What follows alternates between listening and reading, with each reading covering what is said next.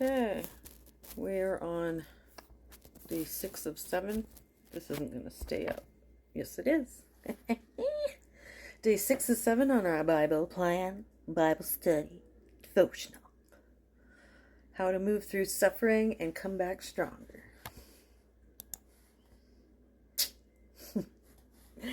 Okay, here we go. The title is Honest to God. It's going to be a Psalm 51.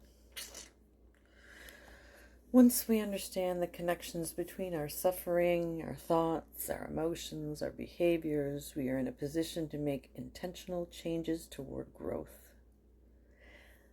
This beautiful transformation begins with our first step, acknowledging our suffering. Did you hear that? This step facilitates an amazing journey in gaining freedom and resilience. You may be thinking, that sounds great, but how do I acknowledge my suffering? What does that look like? Acknowledging your pain just means you call it what it is. Don't back away from using the words that best identify your experience. If it was rape, call it rape. If it is cancer, call it cancer. If it was suicide, call it suicide. If it is infertility, call it infertility. If it was an affair, call it an affair. Acknowledge your suffering now and acknowledge it accurately. Don't sugarcoat it. Don't excuse it. Don't minimize it. Don't exaggerate it. Be honest. Speak of the emotional impact. If you're discouraged, say it.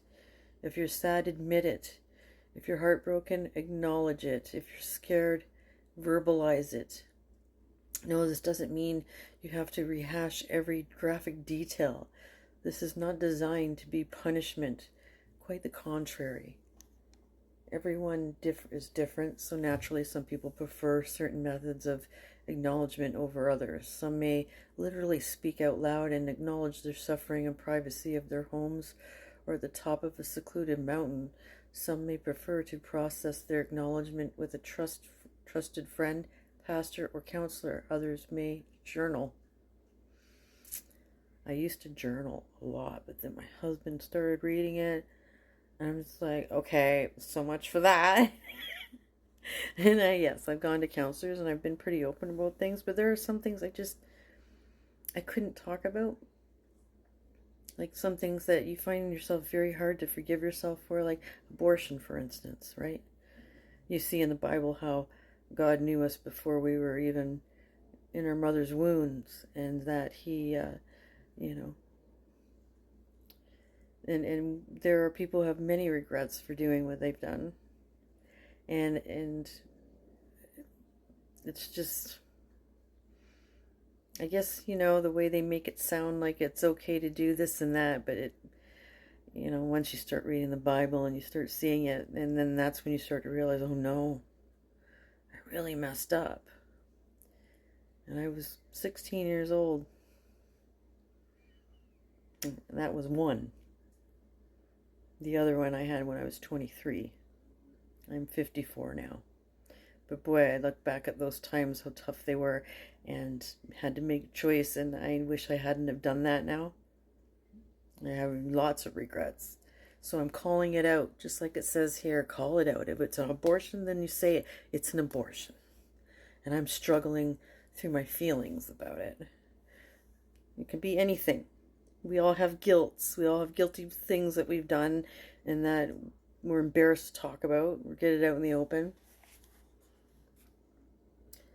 For an acknowledgement to be effective, you must speak it to yourself and speak it to God, which exactly what I did. Went straight to God about it. God may or may not lead you to also confidently acknowledge your suffering to another person. Well, hello, here we go. I got it out in the open. I never spoke about it to anybody. If He does, then trust that He will help you and obey His urging. Yeah, don't make the same mistake I did. That's what you can learn from this video right now, I'm telling you. Similar to when you take off a Band-Aid, you're going to feel the sting. But the sting will diminish.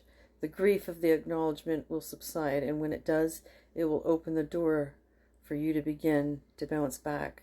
Once the pain is acknowledged, you will find some relief, some hope. You need this step to begin building resilience, so prepare now to take this risk. It says at the bottom, there's a question here. It says, how would you honestly describe your suffering? Why do you think it makes a difference to acknowledge the pain you are in? I think coming out with no matter what it is, whether it's just one big, deep sin or not, God already sees it. He knows it. There's no hiding anything from him. So you're better off to get it out in the open. The reason I chose to talk about other things here in front of you guys is because I figure, you know what? Quite a few people have gone through what I have as well. And feel the way I have. But I've cried my eyes out to God about it, and I feel such guilt about it that I need to let it go now. There's nothing I can do to turn back time and fix all that. All I can do is say to you guys, don't do the same thing I did. Because I regret it so badly now. Especially after reading the Bible. So, we'll go on to the verse.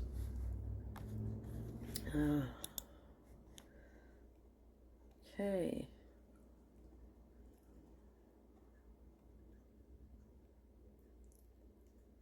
Here we go. Psalm 51. Have mercy upon me, O God, according to your loving kindness, according to the multitude of your tender mercies, blot out my transgressions. Wash me thoroughly from my iniquity and cleanse me from my sin. For I acknowledge my transgressions, and my sin is always before me. Against you only have I sinned and done this evil in your sight, that you may be found just when you speak and blameless when you judge. Behold, I was brought forth in iniquity, and in sin my mother conceived me. Behold, you desire truth in the inward parts, and in the hidden part you will make me to know wisdom. Purge me with hyssop, and I shall be clean. Wash me, and I shall be whiter than snow. Make me hear joy and gladness, that the bones you have broken may rejoice. Hide your face from my sins and blot out all my iniquities. Create in me a clean heart, O God, and renew a steadfast spirit within me. Do not cast me away from your presence, and do not take your Holy Spirit from me. Restore to me the joy of your salvation, and uphold me by your generous spirit.